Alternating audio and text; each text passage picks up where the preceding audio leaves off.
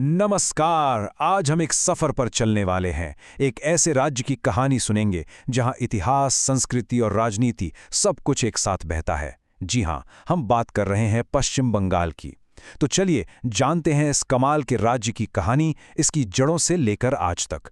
अच्छा, एक सवाल जो शायद आपके मन में भी कभी ना कभी आया होगा। ये राज्य है तो भारत के पूर्व में, है ना? तो फिर इसका नाम पश्चिम बंगाल क्यों है? पूरब बंगाल क्यों नहीं?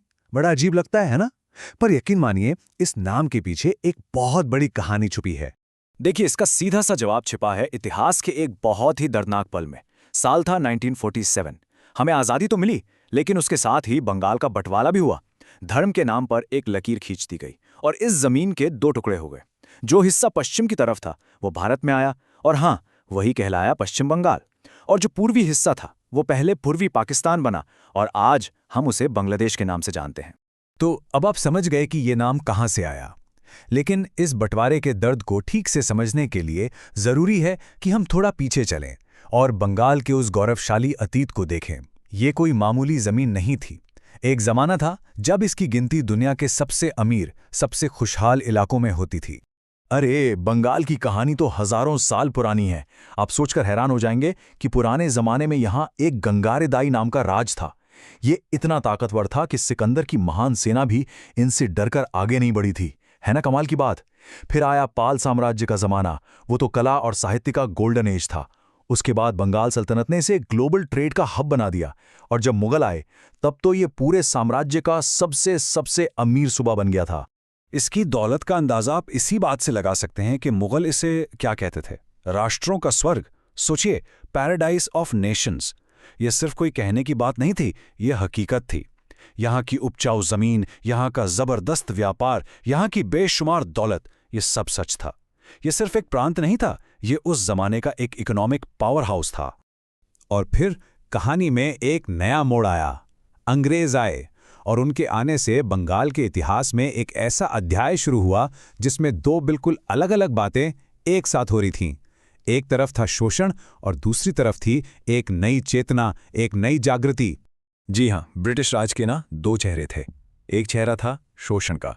1757 में प्लासी की लड़ाई जीती और बस यहाँ की दौलत को लूटना शुरू कर दिया, कलकत्ता को अपनी राजधानी बना लिया। लेकिन सिक्के का दूसरा पहलू भी था। इसी दौर में बंगाल में एक कमाल की बौद्धिक क्रांति हुई। इसे हम कहते हैं बंगाली नवजागरण। और इसी क्रांति ने हमें रविंद्रनाथ टैगोर जैसे महान विचारक दिए। एक ही समय में अंधेरा और उजाला दोनों। अच्छा, एक और दिलचस्प बात बताऊं? 1947 से बहुत पहले भी बंगाल को बांटने की एक कोशिश हो चुकी थी। हाँ, 1905 में।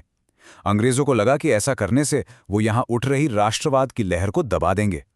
पर वो बंगाल के लोगों को पहचान नहीं पाए। लोगों ने हार नहीं मानी, बल्कि स्वदेशी आंदोलन शुरू कर दिया। और ये विरोध इतना जबरदस्त था कि अंग्रेजों को झुकना पड़ा। 1911 में उन्हें अपना फैसला वापस लेना पड़ा। ये बंगाल की असली स्पिरिट थी। चलिए अब वापस आते हैं 1947 पर। बंटवारे के बाद एक नया राज्य बना, पश्चिम बंगाल।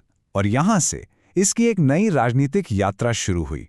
एक ऐसी यात्रा जिसने पूरे भारत की राजनीति पर अपनी एक अलग ही छाप छोड़ी है। आज़ादी के बाद से देखें तो पश्चिम बंगाल की पॉलिटिक्स के मोटे तौर पर 3 दौर रहे हैं। पहले 30 साल यानी 1947 से 77 तक कांग्रेस का राज था। उस वक्त देश बनाने पर, इंडस्ट्री लगाने पर जोर था।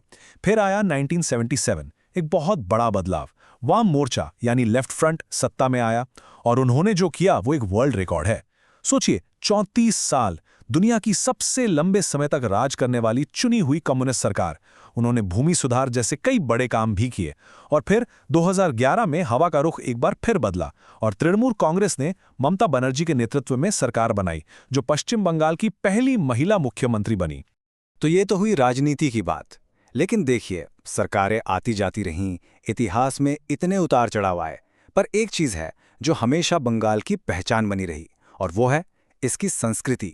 यूं ही नहीं, इसे भारत की कल्चरल कैपिटल यानी सांस्कृतिक राजधानी कहा जाता है। और ऐसा क्यों कहते हैं, ये समझना बिल्कुल भी मुश्किल नहीं। आप बस सोचकर देखिए, साहित्य, कला, संगीत, सत्यजीत रे जैसे महान फिल्म मेकर। बंगाल ने भारत को क्या कुछ नहीं दिया है। और दुर्गा पूजा, अरे उसको कैसे भूल सकते हैं। वो सिर्फ एक त्योहार थोड़ी है, वो तो बंगाल की आत्मा का जश्न है। एक ऐसी भावना जो हर बंगाली के दिल में बसती है। और आपको पता है, दुर्गा पूजा का ये जादू सिर्फ बंगाल या भारत तक ही नहीं है, पूरी दुनिया ने इसकी अहमियत को समझा और माना है। तभी तो यूनेस्को ने इसे एक बहुत बड़ा सम्मान दिया है, मानवता की अमूर्त सांस्कृतिक विरासत। मतलब यह पूरी दुनिया की धरोहर है। ये बंगाल की संस्कृति के लिए एक ग्लोबल सर्टिफिकेट जैसा है। तो दोस्तों, ये थी कहानी पश्चिम बंगाल की, एक ऐसी जमीन जिसने बड़े बड़े साम्राज्यों को उठते और गिरते देखा, जिसने विचारों की क्रांति को जन्म दिया और जिसने बंटवारे का गहरा जख्म भी झेला। अब सवाल यह है कि इतिहास की इतनी सारी परतों के साथ बंगाल का भविष्य कैसा होगा। ये एक ऐसा सवाल है जिसका जवाब तो खैर आने वाला वक्त और बंगाल की नई पीढ़ी ही देगी। हमारे साथ इस सफर पर आने के लिए आपका बहुत बहुत शुक्रिया।